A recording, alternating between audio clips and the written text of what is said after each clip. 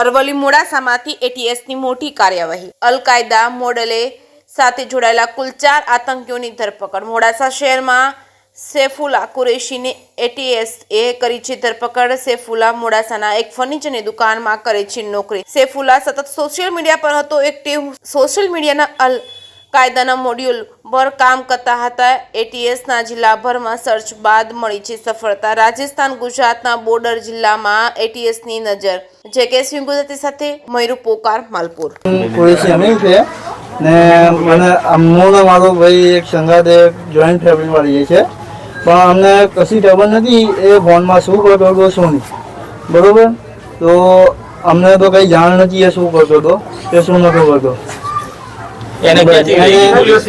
એને એની જોબ પરથી કાલે 9:30 વાગે પોલીસ ઉઠાઈ ગઈ। કાલે સાંજે 7:30 વાગે અમારો ફોન આવ્યો એટીએસ પરથી કે તમારા ભાઈને અમે પૂછતાછ કરવા વાસ્તે ઉઠાવ્યા છે।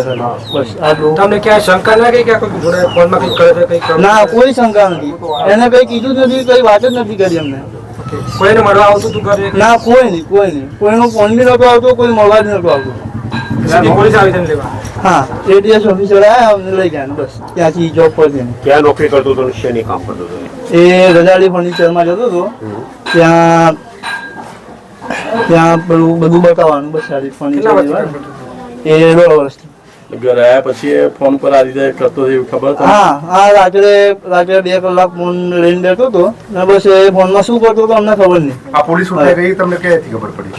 એ અમને 9:30 વાગે પોલીસ ઉઠાઈ ગઈ, 10 વાગે અમને ખબર પડી કે એને પોલીસ ઉઠાઈ ગઈ બસ।